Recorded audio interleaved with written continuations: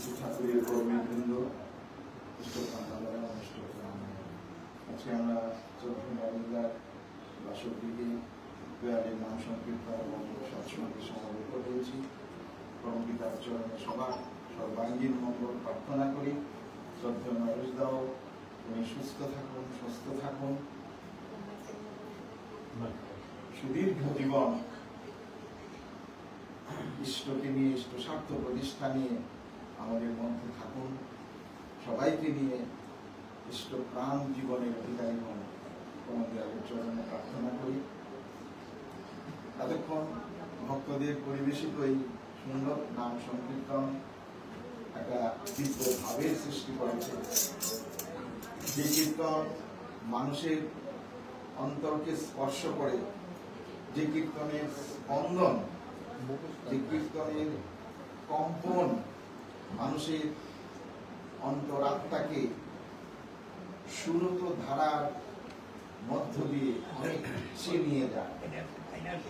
এরকম আর কোনো কিছুতেই মানুষের জীবনে হয় না। সুরতকে আশ্রয় করে মানুষের মনকে ঊর্ধ্বলোকে নিয়ে যাওয়া, সেটি একমাত্র এই সংকীর্তনের মাধ্যমেই হয়। তাই ঠাকুর বলছেন, সারাদিন খাটবি, সন্ধ্যে হলেই কীর্তনে ডুববি। কীর্তনে মানুষের অন্তরের ভাবকে পরিচ্ছন্ন করে দেয়, পরিশুদ্ধ করে দেয়। যে পরিশুদ্ধ ভাব নিয়ে আমরা নামময় থাকতে পারি, মনকে কেন্দ্রীভূত করতে পারি, আমাদের চেতনার বিকাশ ঘটাতে পারি। এই কীর্তনে বহু যুগ সাধনা করে যা লাভ হয়, কীর্তনের মাধ্যমে পায়। এই কীর্তন যে কতখানি শক্তি সৃষ্টি করে আমাদের মধ্যে, শ্রী ঠাকুর পুণ্যপুঁথিতে বলেছেন যে এমন একদিন আসছে যেদিন তোমরা চিন্তাও করতে পারো না, আমন্ত্রণ মারণ ভাইরাস, জীবাণু তোমাদেরকে আক্রমণ করে। তোমরা থাকবে কিনা সন্দেহ, আমাদের অস্তিত্ব বিপন্ন হয়ে উঠবে, কোনো ঔষধই থাকবে না তার থেকে পরিত্রাণে। ঠাকুর বলছেন, আমি বলছি তোমরা এই সংকীর্তন যদি কর, এই কীর্তনই মানুষকে সমস্ত রকম দূষিত অবস্থাকে বিনাশ করে দিয়ে মানুষকে পাপ মুক্ত করে দেয়, মানুষকে পরিশুদ্ধ জীবন দান করে। আমরা দেখেছি কোভিডের সময় দূর দূরান্তে বহু মানুষ নিজেকে আটকে রাখার মতো, বাইরেও বেরোনো যাচ্ছে না, চিকিৎসার জন্য যাওয়া যাচ্ছে না, রোগীর শুশ্রূষা করার মতো লোক নেই। বাইরে বিদেশ থেকে আচার্যদেবের কাছে সংবাদ এসেছে, এই অবস্থায় আমি আছি, কি করতে পারি? আচার্যদেব একটাই আশীর্বাদ করেছেন, যেখানেই থাকুন পরমপিতার নাম করতে থাকুন। এই পরমপিতার নামই আপনাকে পরিশুদ্ধ করবে, চিকিৎসা করবে। আর তিনি আলোচনা পত্রিকায় উঠেছিল, তিনি এই নাম করে করে সুস্থ হয়ে গেছে। তো তিনি নয় শুধু, তার এই কথা তিনি অনেকের মধ্যে ছড়িয়ে দিয়েছেন, প্রত্যেকেই এই নাম করার মধ্য দিয়ে সুস্থ হয়ে উঠেছেন। তাদের চোখের সামনে পাশে বহু মানুষের বিপদগ্রস্ত অবস্থা হয়েছে, জীবন নাশ ঘটেছে, মৃত্যুর বিভীষিকা কেড়ে নিয়েছে জীবন। এই অবস্থায় এক ঠাকুরের দেওয়া যে নাম এবং এই সংকীর্তন, এই সৎসঙ্গে যে আমরা করি নিত্য, এই সৎসঙ্গের মধ্যে কীর্তন আনন্দে মানুষ যে ভাবে উত্তরণ ঘটে মানুষের জীবনে, সেটা নিত্য মানুষকে সেখানে নিয়ে যায়। কোনো কাজ নিত্য কেউ করতে পারে না যদি তার ভেতরে আনন্দের খোরাক না। আজকে সৎসঙ্গে দৌড়ে দৌড়ে দূরে দূরে মানুষ ছুটে যায়, কিসের আনন্দে, কিসের টান? নিত্য সেই সত্তার খোরাক, প্রাণের খোরাক এই কীর্তনের মধ্যে রয়েছে। তাই ঠাকুর নিজে কীর্তন করে একদিন পাবনা ভাসিয়ে দিয়েছিলেন। সমস্ত দুষ্কৃতিকে সুকৃতিতে আনয়ন করেছিলেন এই কীর্তনের মধ্য দিয়ে, যারা পরবর্তী জীবনে বড় বড় ভক্ত হয়ে উঠেছিলেন।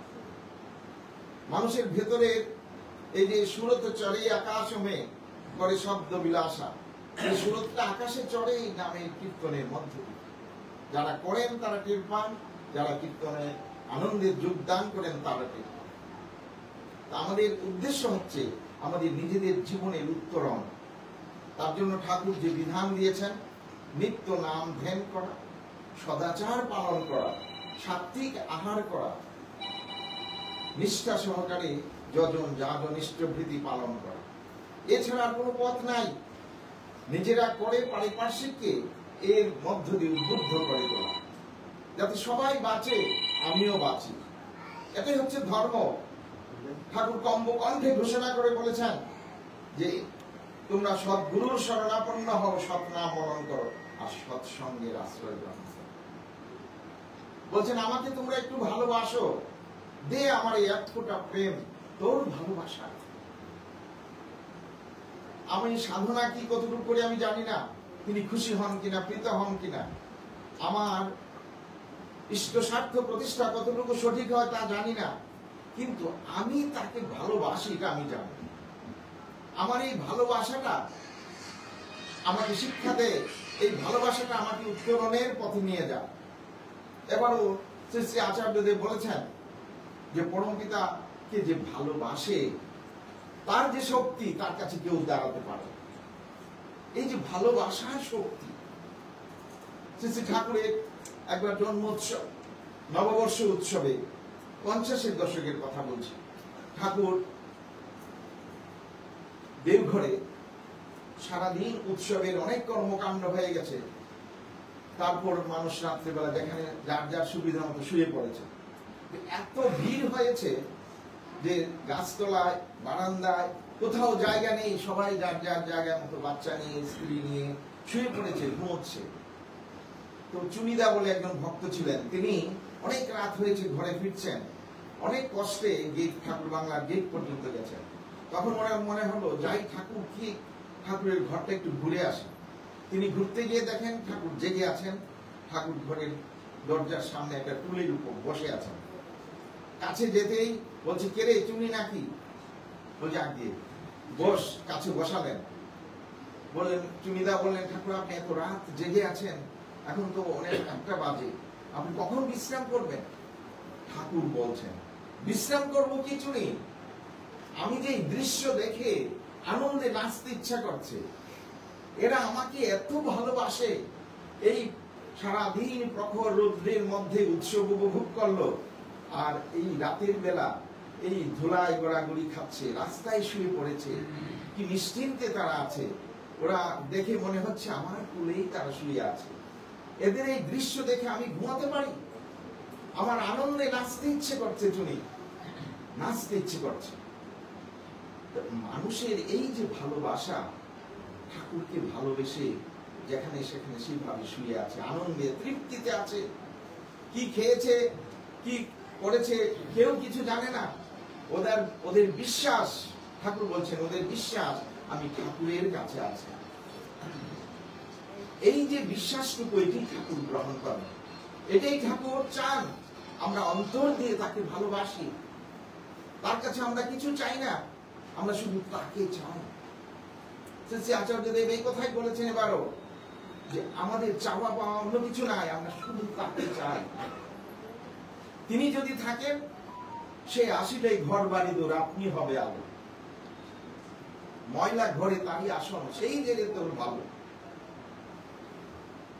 নামের অনল জাল, এই নামের অনল জ্বালিয়ে তাকে ভালোবেসে যাওয়া, আর তিনি যা বলেন তা করেন।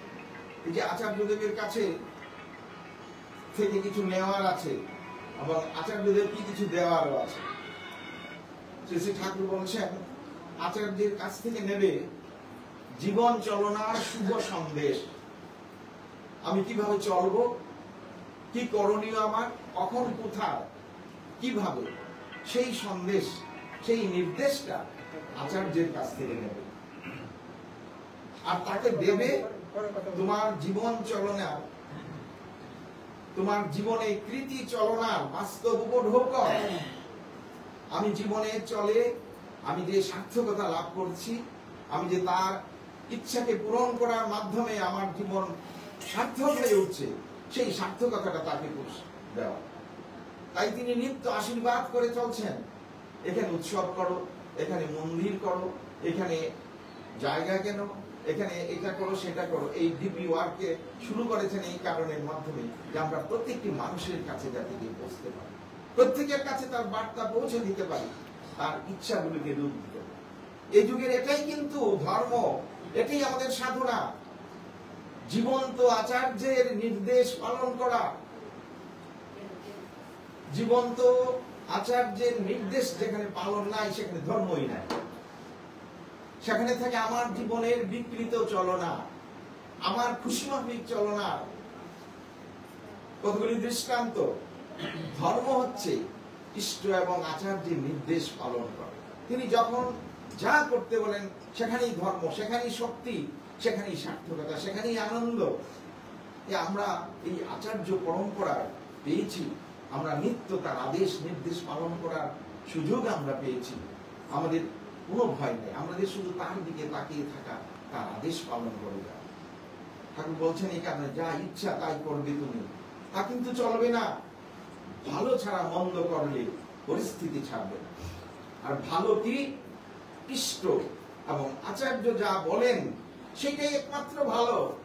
এর বাদ দিয়ে ভালো কিছু নাই। এ বাদ দিয়ে ভালো কিছু নাই। ভালো মানে তাই ঠাকুর বলছেন which is propitious to our existence, আমাদের অস্তিত্বের পক্ষে যা মঙ্গলজনক সেটাই ভালো। আর তা বাদ দিয়ে যেটা মন্দ।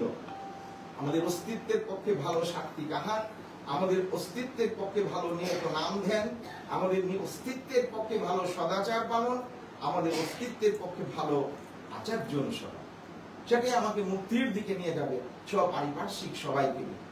পরম পিতার চরণে প্রার্থনা করি আমরা সবাই তার মনের মানুষ হই, তার ইচ্ছাগুলিকে রূপায়িত করে আমরা তার আশীর্বাদের অজস্র ধারা আমাদের উপর বর্ষিত হোক, আমরা আদর্শ মানুষ হয়ে উঠি, সবাইকে নিয়ে আমরা এই মাটির পৃথিবীতে স্বর্গ রচনা করি।